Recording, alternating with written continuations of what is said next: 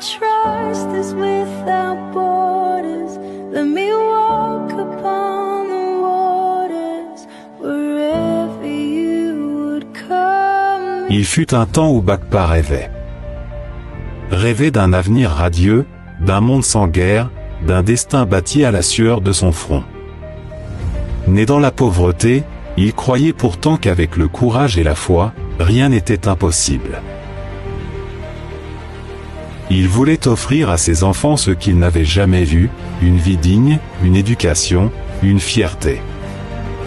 Mais le 19 septembre 2002, tout bascule. Le feu, le sang, les cris. La guerre ravagea son pays, son village, sa vie. Bakpa dut fuir, laissant derrière lui les ruines de ses rêves et les tombes de ses espoirs. Il pleura toutes les larmes de son corps, mais n'avait pas d'autre choix que de partir. Il marcha des jours et des nuits, bravant la peur et la faim, pour ramener sa famille vers un lieu sûr. Il connut l'humiliation, la misère, les portes fermées. Mais jamais il ne renonça. Dans son cœur brûlait encore une flamme, celle de l'espérance. De ses mains usées, Bakpa bâtit tout ce qu'il avait perdu. 3 hectares de cacao, une maison, une famille soudée. Il remit les enfants à l'école, convaincu que le savoir est la seule arme qui libère. Et un jour, son rêve se réalisa. Ses fils, devenus grands, portèrent le flambeau.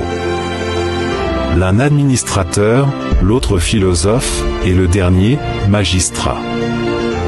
Celui-là même qui, jadis, portait sur ses épaules la foi de son père. Bakpa n'avait pas tout gagné.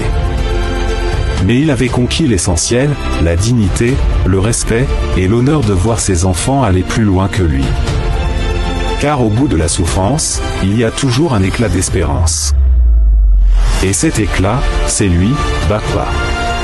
Sacrifice paternel. Une histoire de courage, de foi et d'amour. L'histoire d'un homme ordinaire devenu symbole d'espérance. C'est aussi ton histoire.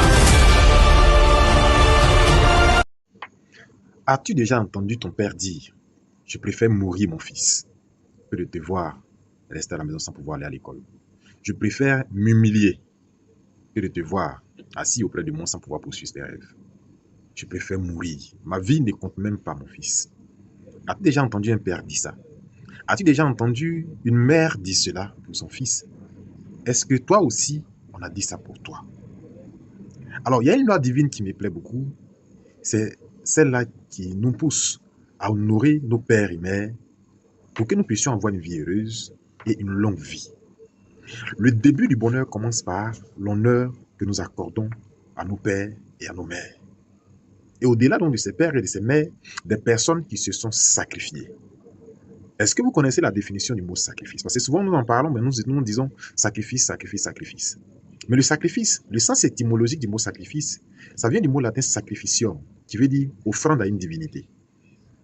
Regardez quelqu'un qui se donne en offrande à une divinité pour que toi, tu puisses vivre, pour que toi, tu puisses aller à l'école, pour que tu puisses jouer au foot, pour que tu puisses poursuivre ton rêve.